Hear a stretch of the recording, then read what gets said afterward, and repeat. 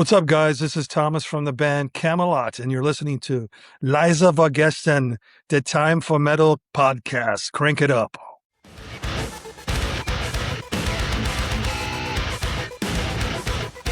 Leise War Gestern, der Time for Metal Podcast. Ein herzerfrischendes Moin Moin und guten Tag zu einer brandheißen Folge Leise War Gestern im Time for Metal Podcast. Und die heutige Folge findet in Englisch statt, so deswegen, weil unser Gast auch englischsprachig ist und aus den USA kommt. Und deswegen macht es gar keinen Sinn, dass wir auf Deutsch sprechen. Aber erstmal, wir haben den Flo hier mit an Bord. Moin Flo. Ja, moin Kai. Freue mich wieder dabei zu sein. Und weil unser Gast weniger Zeit hat, müssen wir ein bisschen auf die Tube drücken. Es gibt nur eine Runde Themenroulette heute, aber ihr werdet gleich hören, es ergibt vollkommen Sinn, dass wir das machen hier heute, weil wir haben Thomas Youngblood hier mit an Bord von der Band Kamelot und dann sprechen wir jetzt einfach ein bisschen was auf Englisch. Hey Thomas, nice to meet you, nice to see you here at Leise War Gestern, the Time for Metal podcast. What's happening, guys? Good to be here. Good to finally talk to you. Hope everybody's doing good over there. Yes, of course. So we just, for the people who don't know you or your band, some sentence about Kamelot and Thomas Youngblood? Yeah, I mean, Camelot's been around for 30 plus years, so I guess technically it's considered symphonic metal, but we have a lot of different variations to our music and musical kind of interest within with what we do. But hopefully most of the people out there have either heard of us or know a little bit about Kamelot. And I'm kind of sure that our listeners really know Kamelot, so this is would be funny if not. So, Flo, would you be too kind to introduce the rules of the theme roulette? So we like to play a little round with you. Theme roulette is really easy. We have a random generator thing going on, and it gives us a topic about metal universe, and then we talk 10 minutes straight about it, and we are not allowed to talk anymore about this topic ever in our lives. Okay. And I press on the button, and Flo is the guy who is our timekeeper. And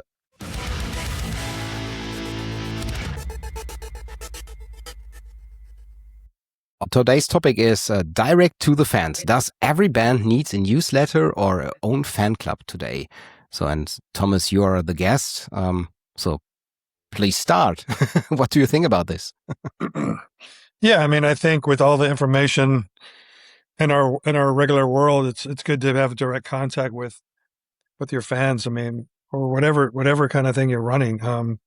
I think, back in the day we had like MySpace and that kind of took place of newsletters and then Facebook and Instagram.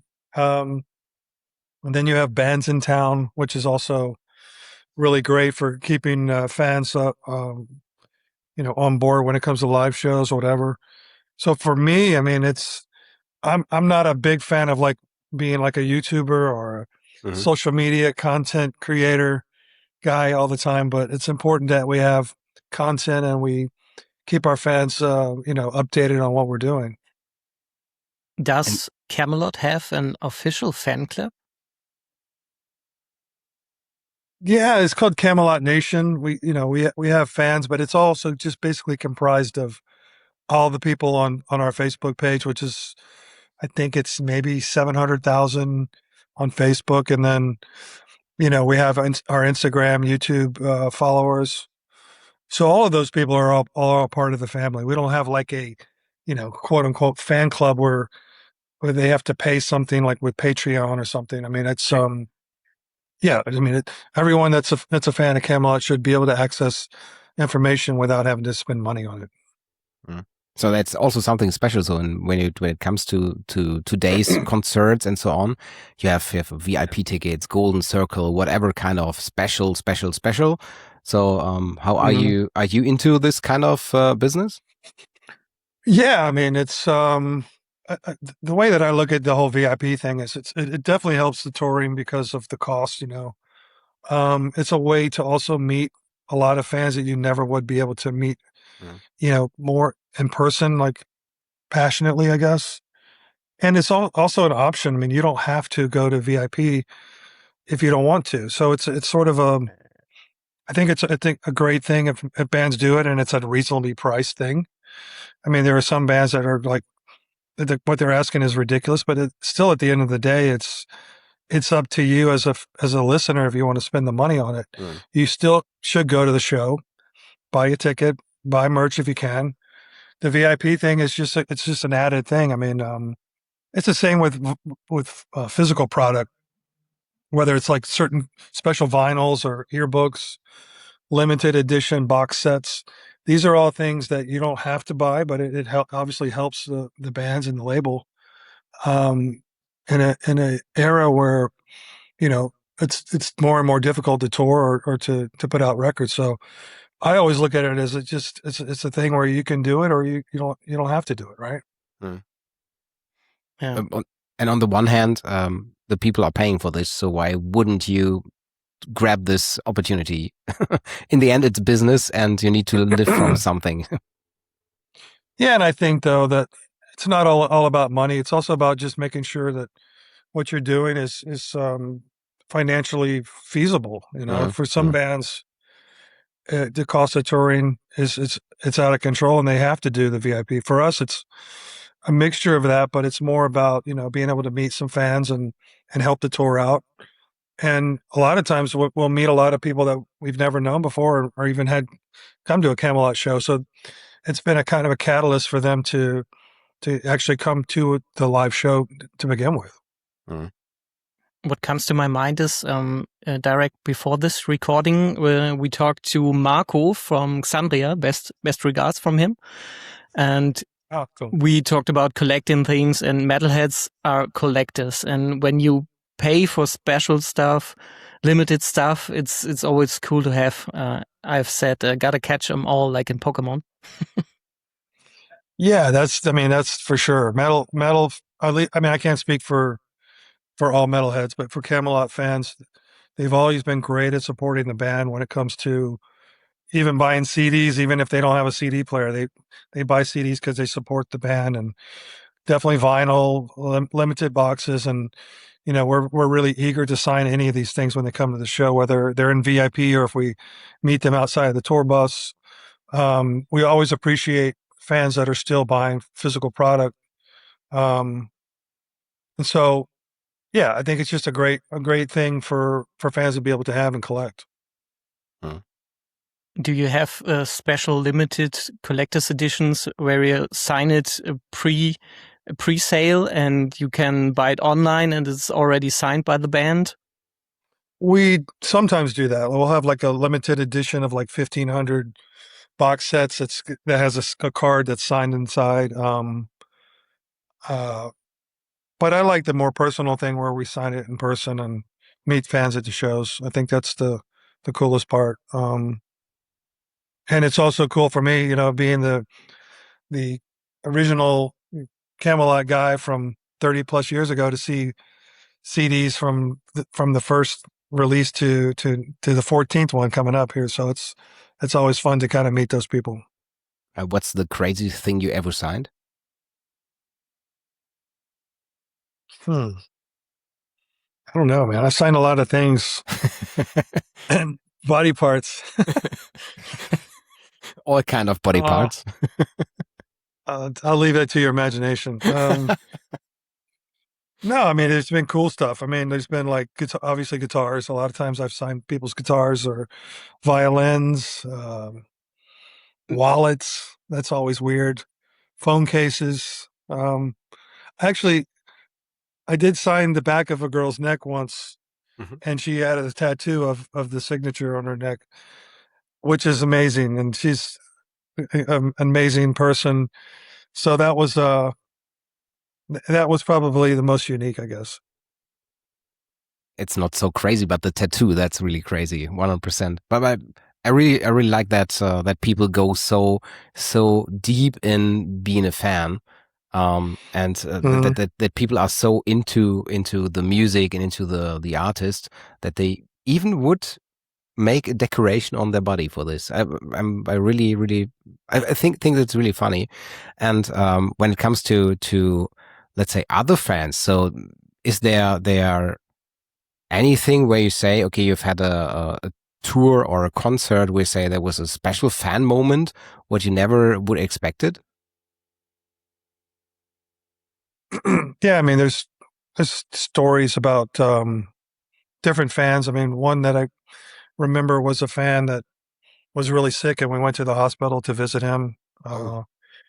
And yeah, so there's stories like that. Some that are a little deeper, and it's a little more emotional to talk about. But I mean, in general, one of the things with Camelot too is like we really feel a certain responsibility to the message that we put out when it comes to the lyrics or the songs, and that's always reflected in meeting certain fans and hearing about a song that got them through something or that meant something to them a certain way. So there's all these different kind of tangents that comes to being an artist, and it's to me it's an honor to be able to do that and to hear these stories. Have you ever been on the other side? So being a fan of another musician where you say, actually, I need this sign of this guy or this person? Not really. I mean, I've always kind of been, raised in a certain way that we're all kind of equal. We're all the same, whether you're an actor or a rock star or F1 driver. I don't really look at people that way, and I don't want people to look at me that way. Or my children, I teach them, hey, that's so and so is a football player or whatever, but he's also just another dude, whatever. Yeah. Now I've met some of the guys that some of the people that I grew up kind of idolizing in terms of guitar playing, and usually it's cool. Sometimes you're disappointed. Just depends. It's way more special, as you said, when somebody talked to you and mentioned that the music is put them through hard times and helped them through a lot of shit in times. And it's what I always write to bands I newly discovered. I said, okay, your music, your lyrics is what I need right now, and it's great for me to go to a mental deep state, and that's the greatest thing about music. Yeah, and also like we talked about the girl with the tattoo on her neck. I mean, I don't look at that as crazy. I just look at it as another step for me to do the best I can as an artist and keep the band going. And we have a lot of fans that have different Camelot tattoos on their body, and to me, that's like the ultimate sort of respect for what we do, and so it's super cool, I think. Best final words, because the 10 minutes timer is already over. That was fast. That was fast. That's always fast. That's the reason why we do normally 2 times this kind of thing, but we respect the time, and I really need to take some minutes for something what's coming up in August. So it's August, so it's not so far away. So on the 28th of August, we will see a new album coming up coming from Napalm Records. Thanks to Napalm Records to organize this appointment here. That's very fine. Thanks to those guys. I really appreciate this. But I want to talk not only about this album, but also about the features you have at this album. So I saw One Last Masquerade. That's a very, very nice guy who's also on this feature. That's To Be a Summit. We also had him here in the podcast. Or Clementine Deloney. I hope that's correct spelled. And the Ignacia Fernandez, also a person who's very famous for us, so for Flo and for me. So how do you choose the right person for as a feature for the album? Is this something what comes up to your mind where you say, okay, this would fit to this guy or to this person? Or is this something where say the label says, you need to do this feature, this really is cool for you? Or how does it happen? Well, first, it never comes from the label, so that's the first thing you should know. Although we love Napalm, they've been great, but when it comes to guests for Camelot, it happens different ways. Sometimes it's totally organic, last minute kind of thing. With Tobias Sammet, we had this on One Last Masquerade that was basically finished, and I kind of got this vibe from it after listening to it. This is sort of Avantasia-ish kind of vibe. and I thought it'd be cool to ask Toby to sing on that song. And Sasha is our producer, who's also part of Avantasia. He asked him, and he graciously accepted, which was really cool. And it fits his voice perfectly, I think. With Clementine, we've been friends for many years, and we kind of worked on a way to make sure she was on the record and found the perfect song for her, which is called Sanctuary. Mhm. Ignazia Fernandez has been a friend of ours for about 10 years. We would meet her and some of her friends down in Chile when we go there and tour and stuff. So we've kept in touch over the years. And when we started working on the album, I just kept in touch with her about the parts. And yeah, that all worked out great. Uh-huh. So we just had the chance to listen to the song Ashen World. And so Flo just sent it over a link and said, you really need to listen to the song. Really because of, yes, of course, the music, but also, of course, the feature. So it really, really fits perfect to the symphonic power metal style you're playing. So would it be just an idea to add her fixed to your band? So this would fit so perfectly. We get that question with every album when we have a special guest. She has her own band. She's also a model, and she's also currently at Miss World competition. So I'm sure she'll be very busy over the next several years. But we like to have these guests on each record, and we haven't brought in like a permanent female guest vocalist because we love the freedom to do things differently, and that's kind of why we've never added someone permanently to the band when it comes to the female part. And who knows? I mean, in the future, next album, we might not have any guests, and then the person's just standing around doing nothing. So, what's funny about all the guests you have in all the years of Kamelot is it always fits, but you doesn't really need them because, in my opinion, you have two of the greatest metal singers of all time in your band with Roy Khan and Tommy Karevik. I've seen them both live, and they're both world-class performers. What I always needed to know about Kamelot, and you especially, do you have a special relationship to Scandinavia because both of those singers are from Scandinavia? Not specifically. I mean, I've always loved the way that Scandinavian singers sing English, like starting with like ABBA, the band Europe. Some of the singers from Malmsteen's bands. There's something about that. I mean, their English, first of all, like Tommy's English is amazing. It's like you would never know he was from another country. But when he sings, there's a certain timbre to their vocals that is unique, I guess you could say, like different from North American singers. And so I don't know. I mean, I've always been gravitated to that style of vocals since I was a kid, Was it enough for you as an answer, Flo? Yeah. Yeah, perfect. I've never thought about the timbre of the voice. Yeah, it's the same when they speak. Scandinavians, they have there's a different, you can tell when someone from Scandinavia is speaking because they have this, it's almost like a rhythmic way of talking. And on this new record, Dark Asylum, Tommy Karevik is, to me, it's like a masterclass of vocals. It's a whole nother level, in my opinion. So yeah, I mean, it started with loving bands like ABBA and then Europe, and it kind of grew from there. I agree. Unfortunately, I never saw him with Kamelot, but I saw him with Arion in the Netherlands, and that was great experience. Yeah. And you may have seen him with Avantasia as well. So yes, of course. Yeah. The same back to you. Thanks for the time, and thanks for the funny start.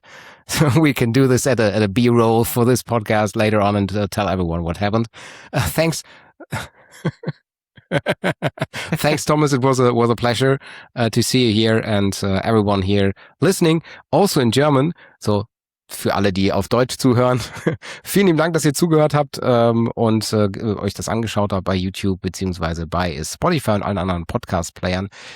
Das war Thomas Youngblood von der Band Kamelot. Schaltet wieder ein, wenn es wieder heißt Leise war gestern, der Time for Metal Podcast mit dem Flo und dem Kai und diesmal mit dem Thomas Youngblood von Kamelot. Und jetzt gibt's, wie gesagt, von Kamelot den neuen Song auf die Ohren. Hier bei, ja, habe ich schon gesagt, wo ihr seid. Also, los geht's. Hört rein.